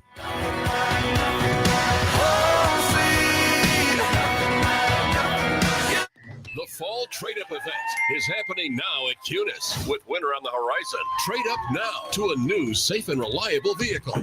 We'll do whatever it takes to make a deal at nearby Milwaukee Metro Cunis locations in Oak Creek, Greenfield, and the new Cunis Hope Chevrolet on West Metro Auto Mall. We have huge incentives and discounts on the most popular cars, trucks, and SUVs from Chevrolet, Buick, and GMC. Thinking pre-owned? We have over 2,500 in stock with payments for every budget. Plus, check out our service specials on brakes, tires, and oil changes. I'm Brian Bohm, General Manager of Cunis of Oak Creek. And I'm Bill Eater, General Manager of Cunis of Greenfield. We would like to invite you to take advantage of these great monthly specials. And remember that your vehicle will be covered by our exclusive No Fear lifetime powertrain warranty, included with new and qualified pre-owned purchases. Call or stop in today for your VIP appointment. Don't miss the Fall Trade-Up event. Start your search online at CunisMilwaukee.com. Are you a U.S. Cellular customer uncertain about the switch to T-Mobile? Well, it's never been easier to switch to Verizon and get the certainty you deserve. Plans start at just $30 per line per month for 4 lines on unlimited welcome with autopay plus taxes and fees. And that price is guaranteed for 3 years on America's most reliable 5G network. Visit a Verizon store today. 3-year price guarantee only applies to then current base monthly rate. Additional terms apply. In times of congestion, unlimited 5G and 4G LTE may be temporarily slower than other traffic. Domestic data roaming at 2G speeds. Rankings based on root metrics. Root score report dated 1H2025. Your results may vary. Jason, what are you singing? Working on a new jingle to promote Capital's $49 drain clearing. When your sink fills up with gunk, don't stress, don't whine. It's only $49. Don't take this the wrong way, man, but I'd stick to plumbing, heating, and cooling if I were you. That's fair, but people need to know that we clear clogs for only $49. Fine, but I would have rhymed gunk with junk. It's so obvious. CapitalCares.com. Introducing the new Dell AI PC, powered by the Intel Core Ultra processor. It helps do your busy work for you, so you can fast forward through editing images, designing presentations, generating code, debugging code, summarizing meeting notes, finding files, managing a schedule, and responding to Jim's long emails. Leaving all the time in the world for the things you actually want to do. No offense, Jim. Get a new Dell AI PC at Dell.com/AI-PC. How those ahead stay ahead. The Fox 6 weather experts are presented by AdventKnows.com. A dense fog advisory is issued through 10 a.m. on Sunday. Please take extra time if traveling. We'll continue to see that fog mix out and transition into a mostly sunny rest of the Sunday. High temperatures in the low 70s near the lakefront to the mid and upper 70s inland, and east wind 5 to 10 miles an hour. I'm Fox 6 meteorologist Lisa Michaels. This report is sponsored by Rocket Mortgage. Homeowners, Would you like to save on your monthly payments? Mortgage rates have been dropping. Visit rocketmortgage.com today to see what you could save. Call 800-863-4332 for cost information and conditions. Rocket Mortgage LLC. Licensed in all 50 states. NMLSConsumerAccess.org number 3030. Make 97.3 The Game your number one preset on our free iHeartRadio app. Powered by Gruber Law. One call, that's all. Injured? Remember, one call, that's all. Download the free iHeartRadio app for all your music, radio, and podcasts.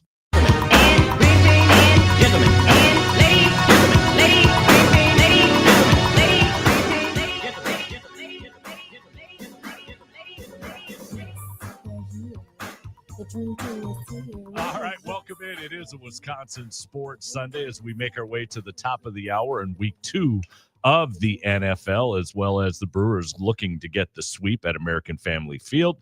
Don't forget, after the Brewer game, keep it right here because the Polish Pipe Bomb, Jeff Orlowski, the franchise, Tim Allen, Hunter Baumgart, they'll all be on hand to recap what will hopefully be a sweep again over the St. Louis Cardinals. Let's talk some D3 football before we get into 3 games that we think you should sit back and watch in the midst of the Packers having the day off, so to speak. But first, at the D3 level, we've got a few schools in the area still remaining in the top 25. UW La Crosse comes in at number 9. Platteville's at 11. River Falls at 13. Oshkosh at 16.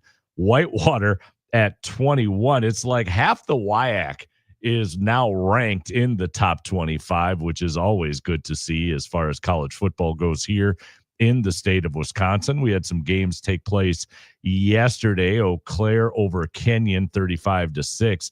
La Crosse beats Carnegie Mellon. That's a top 25 matchup, 38-14, as UWL had to go on the road. North Central, 45-14 over the Titans of UW Oshkosh. St. Norbert falls to Point, 41-17. River Falls puts 59 on the board in beating Co. That Beating more who? Co. Oh. Co. Oh. You Yeah, know, not know. Co. Yeah. Did Yeah, not know is that about Co. Perennial I powerhouse. don't know where we're Western supposed to Co. go with this, but Okay. out of Iowa, they get the win in more of an arena football-like matchup in Whitewater with a 37-0 win over St. Xavier. We talked to Matt Janis last week and the fact that he ended up having to take that team out to Pittsburgh to face Carnegie Mellon, a top 25 ranked opponent. But the difficulty it is for Division III schools in the WIAC, when I went through the top 25, how many of them are positioned right now early on in that top 25, which again makes it extremely difficult to find these non-conference games. We've got teams traveling all over the country. I mean, the other week, was it Platteville? No. Yeah. Platteville that I think went it to was. Oregon Yeah. to, have a non-conference game. There's a lot of travel involved in trying to fill out the schedule, or you have to move up. You've got to play some Division II schools in this case to try and fill out your schedule before, in this case, we get into WIAC play. And I think, fortunately, what we saw, Dan, out of the shift in how they now pick the teams as far as the tournament goes, is that if you're playing a Division II school, it's taken into account. And going into last year with the new system, there was question whether or not that would be worked into the equation because it's all done analytically now, but it has been whatever the metrics are. So again, for these teams to step up a division in order to fill out their schedule doesn't necessarily hurt their chances once we get to the end and we start looking at what the Division III playoff system is. Yeah, that's that classic NCAA basketball strength of schedule argument, and that's exactly what needs to happen because, again, either based by individual program reputation or by league reputation, that a lot of these programs, like when we talked yesterday with Coach, just you can't find that 10th game. You can't get that in there. It makes me wonder if leagues like WIAC now need to actually consider expanding by one team or something like that to get that extra game in, or to do something different, because it's so difficult. And part of the sell for these coaches is that you are going to get to play X amount of games every year. And so when someone doesn't have that opportunity to play, An athlete might look at a different option, and they might be whitewater level, they might be lacrosse level, but they just want to play. They want to get out there and be on the field. So hopefully there is a way around this. But right now, I get it. If I'm another team that wants to make the tournament at the end of the season, do I want lacrosse on my schedule? Do I want Platteville? Do I want whitewater? That's a tricky thing.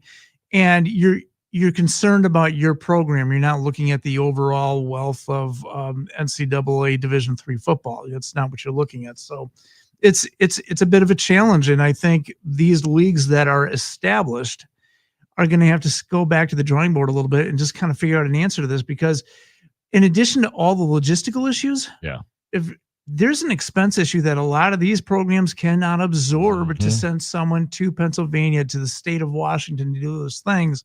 It is a difficult task for budget-wise for these programs to send a team out. Division III schools are becoming more and more strapped financially.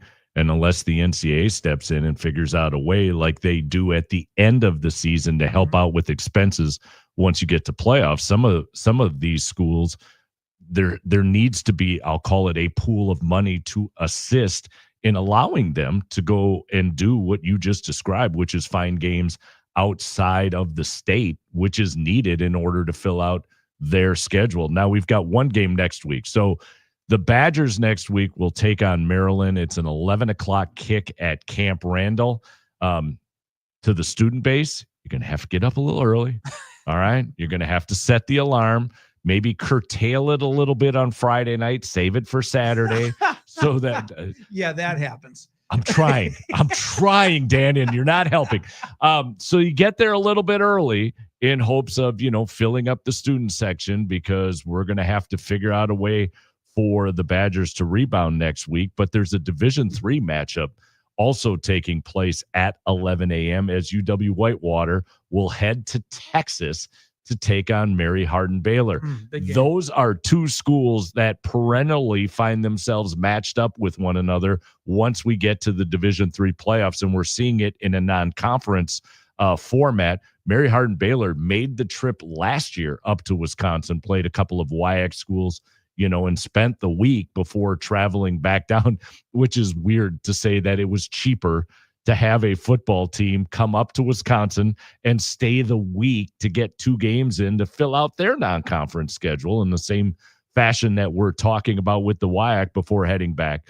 But Whitewater will now return to favor and head down to Belton, Texas. So next week, you got to multitask if you're a college football fan, because you can put this one up on your tablet, your phone, your computer while you're checking out the Badger game. Let's switch gears now and move back to the NFL and talk about some games.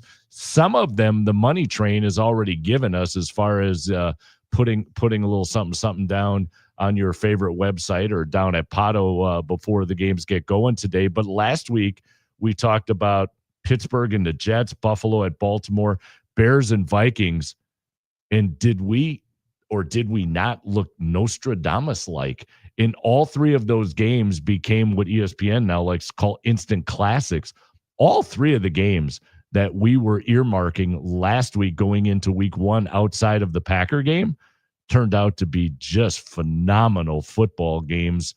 All three coming at different times too, because we had the early game, we gave you the late game, we gave you the Monday night game, and now we just sit back and pat ourselves on the back and look for a physical therapist to help out as we pull every single muscle and trying to reach over and pat ourselves on the back. Oh, let's be careful of the spin on this one. We were excited about the first 2 games. It was that third game where we were, and you're going to have to watch this one too, but just because it's a Monday night game, that's what you have left. It ended up being a good game, especially near the end when JJ McCarthy kind of got warmed up and did his thing, and the Bears do what they do. They kind of fell over themselves at the end of the game. So for me, when I look at that last game, Minnesota, Chicago, does Minnesota have something where they can take that momentum and take it into the next game? And because McCarthy had his challenges, he also did some really good things. And so we'll see what happens over there. But yeah, the first 2 games, we can pat ourselves on the back on that one. So, all right. But we got kind of lucky in the third one. We'll step gently off the soapbox so we don't twist an ankle. It's all right. Jeffrey, with the Bears going in to play the Lions today, and that will be game number 1 that I think people need to keep their eye on, because you've got Caleb Williams, who has struggled. There's no other way to say it. And you look last week at a Ben Johnson, who I thought did a magnificent job in scripting that first half, the first 15, as you like to say. But he also went up against a defense, that being Minnesota, that essentially said after the game, we didn't give you much. We gave you kind of a basic look. And then in the second half, it was Blitz City that they went after Caleb Williams, and Ben Johnson, Caleb Williams didn't have an answer. It's going to be interesting to see what the Lions do. Do you wait till the second half, or do you just, it's all out, here we go against a Caleb Williams and a Ben Johnson-led football team? Yeah, that's a great question, and you love to hear it. You love to hear teams in your own division say, well, we didn't have to really try all that hard to beat this the team. First 2 quarters, right? Because all the talk out of Chicago is, oh my God, we got the best head coach, that was out there on the market. We're ready to roll. We got a quarterback who paints his nails but is ready to dominate, all that kind of stuff. And to watch it blow up in their face yet again. This is what, the billionth time that they thought they had, quote unquote, the dude. Mm-hmm. And it turns out to be Bust City. Got to love it. This is one of those games, like last week, there's really no one to root for here. You hate them both. So let's just hope that they both come out of this one miserable. But it is great to see the Bears just fall flat on their face yet again. I was saying off the air, one of the best things that happened is always, if the Bears lose, throwing on Chicago radio and listening to postgame. And Dan, 34 after the hour. And my glasses, I couldn't tell you if it was 11 o'clock, 12 o'clock. I have no idea. I just saw the 34. And it was Jake from the South Side that called in and said, they will never win another game. I'm done. I'm out. Hung up the phone. I was like, yes, I love it when the Bears or the Cubs lose, to hear the overreaction from the fan base. And I got it at 34 after the hour on a Monday night. And where's Jake right now? Jake's on his way over to Tommy's Tavern right now to watch the game with the boys. Yes. He's bought in, right? He's got the 34 jersey on. He's got the whole thing. Yeah, absolutely.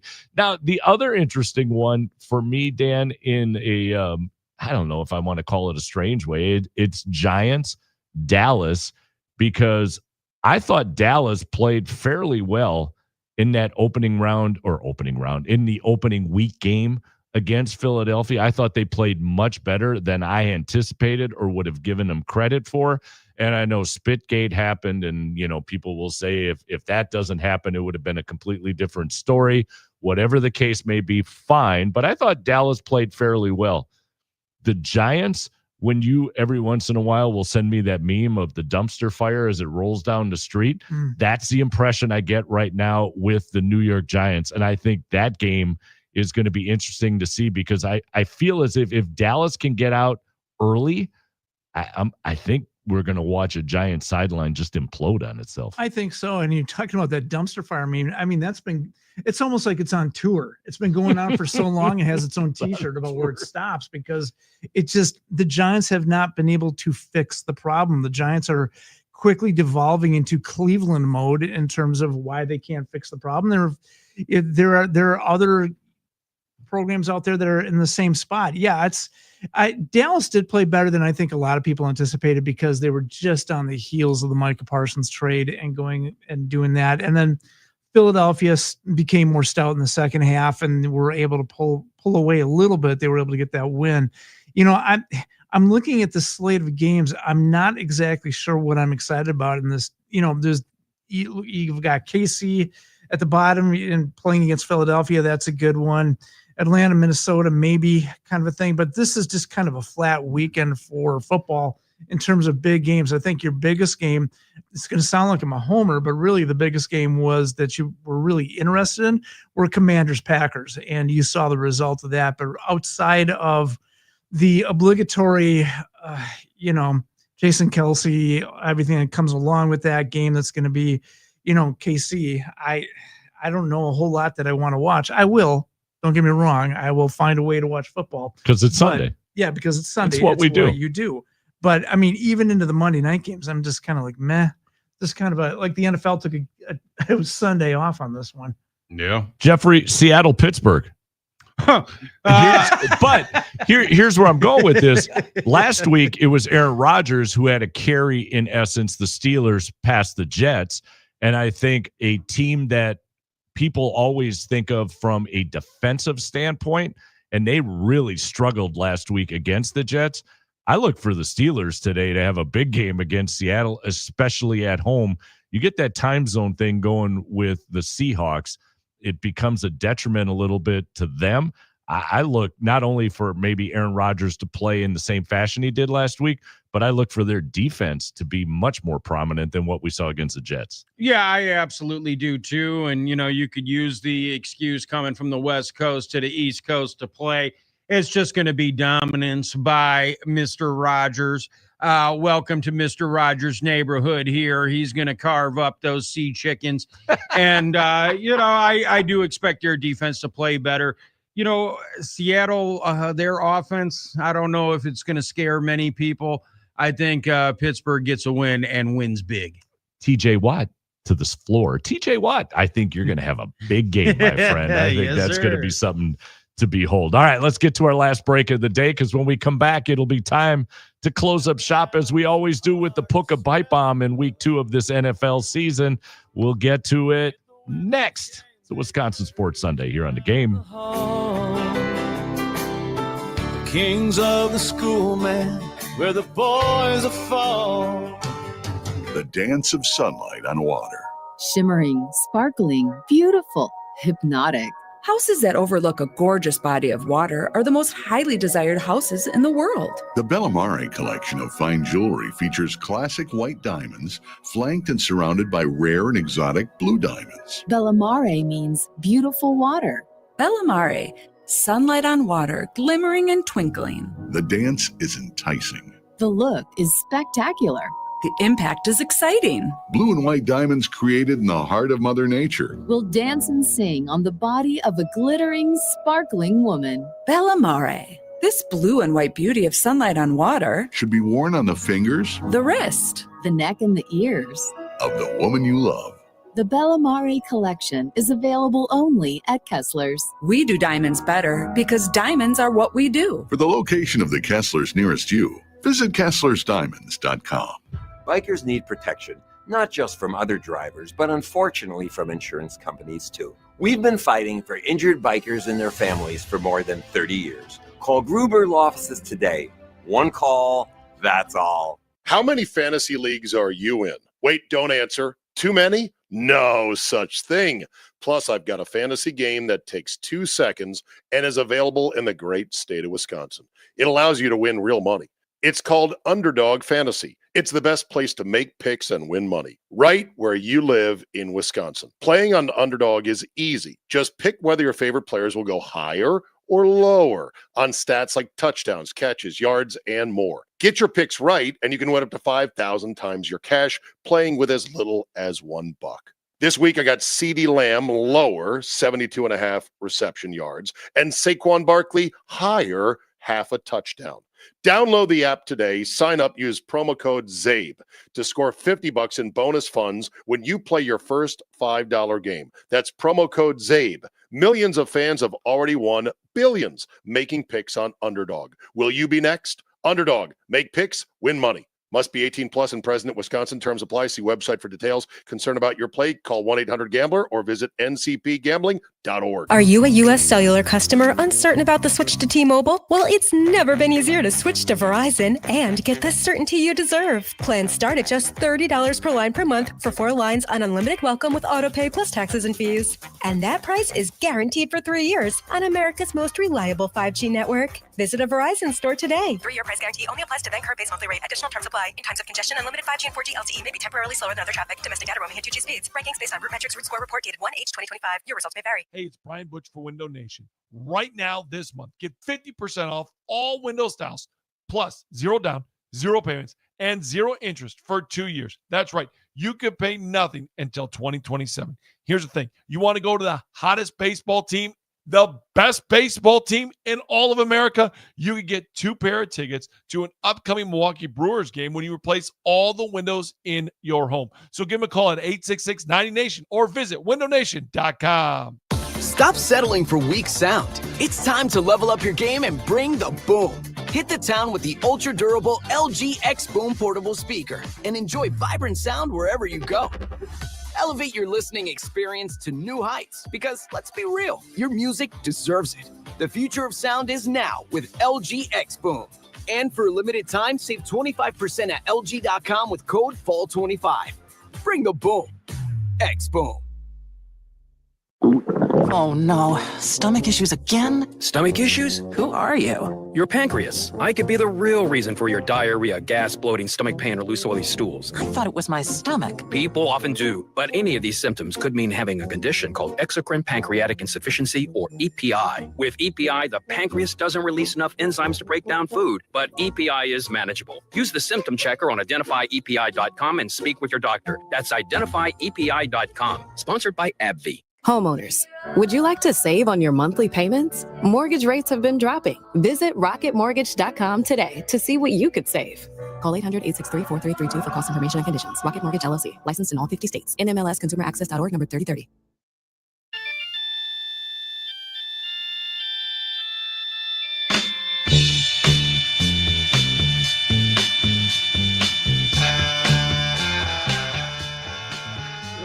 Back in one last time as we get ready to wrap our fine program up. And as we always do, it's the Book of Pipe Bomb to close up shop.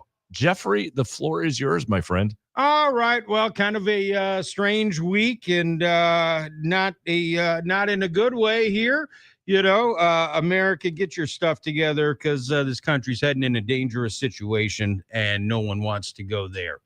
I do have some advice I need to ask you guys here. So yesterday was my youngest birthday, right? And so now he's 13 and all that. The now teenage years. Oh yeah, you know, so he was such a sweet boy. Now he's turning into a middle school monster, like they all do. And you know, I'm sure we were all the same. But he shares a birthday with my daughter's boyfriend.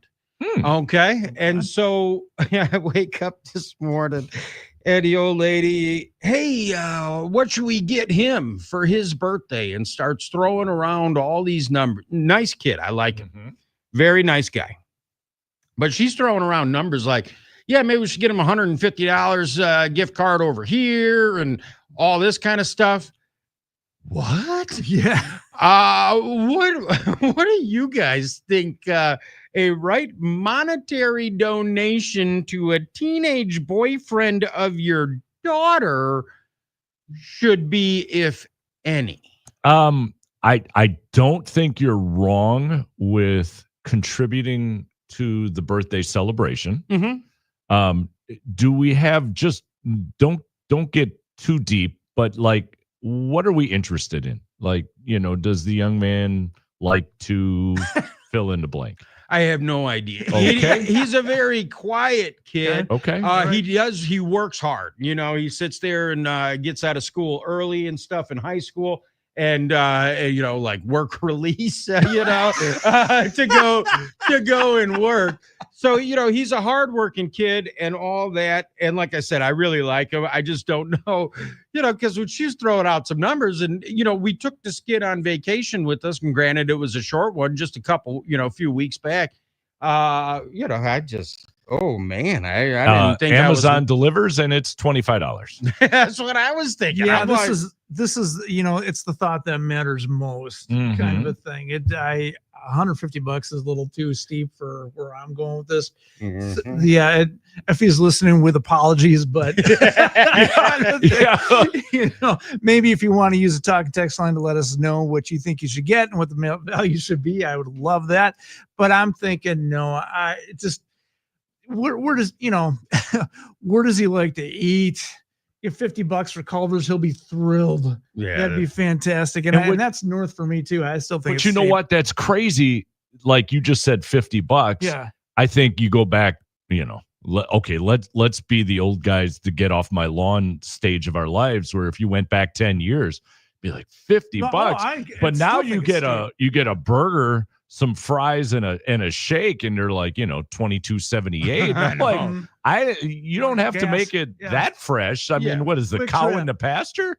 Quick Trip card. You get anything you want at Quick Trip. Yes, there you go. Thanks Quick for Trip. taking my daughter out. Here's some money for gas, There you cheese go. curds, grab a soda, call it a day. All right, I like How did we that. do? I like that. All right, there you go. Yeah, that 50 is a hell of a lot closer to the number I had in my head than a buck.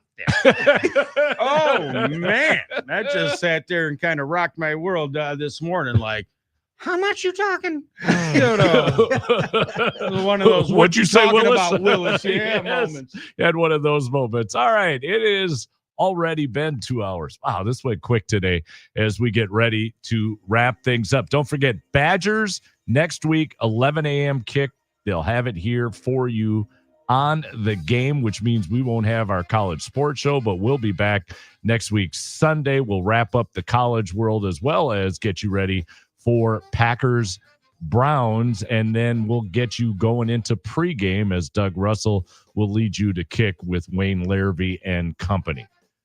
For the Polish Pipe, I'm Jeff Orlowski. The Professor Dan Underberg, I'm Don Wachillis. Thanks for starting your Sunday fun day with us.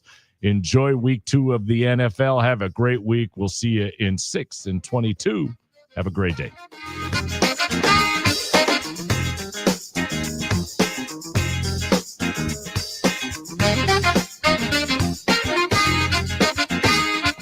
Man, that was amazing. Even if you don't have a girlfriend, they just stole her from you. Step into American Place Casino, where the excitement never ends. Located in Waukegan, Illinois, just a short drive from Milwaukee. Over 900 slot machines, your favorite table games, 4 restaurants, live entertainment, and now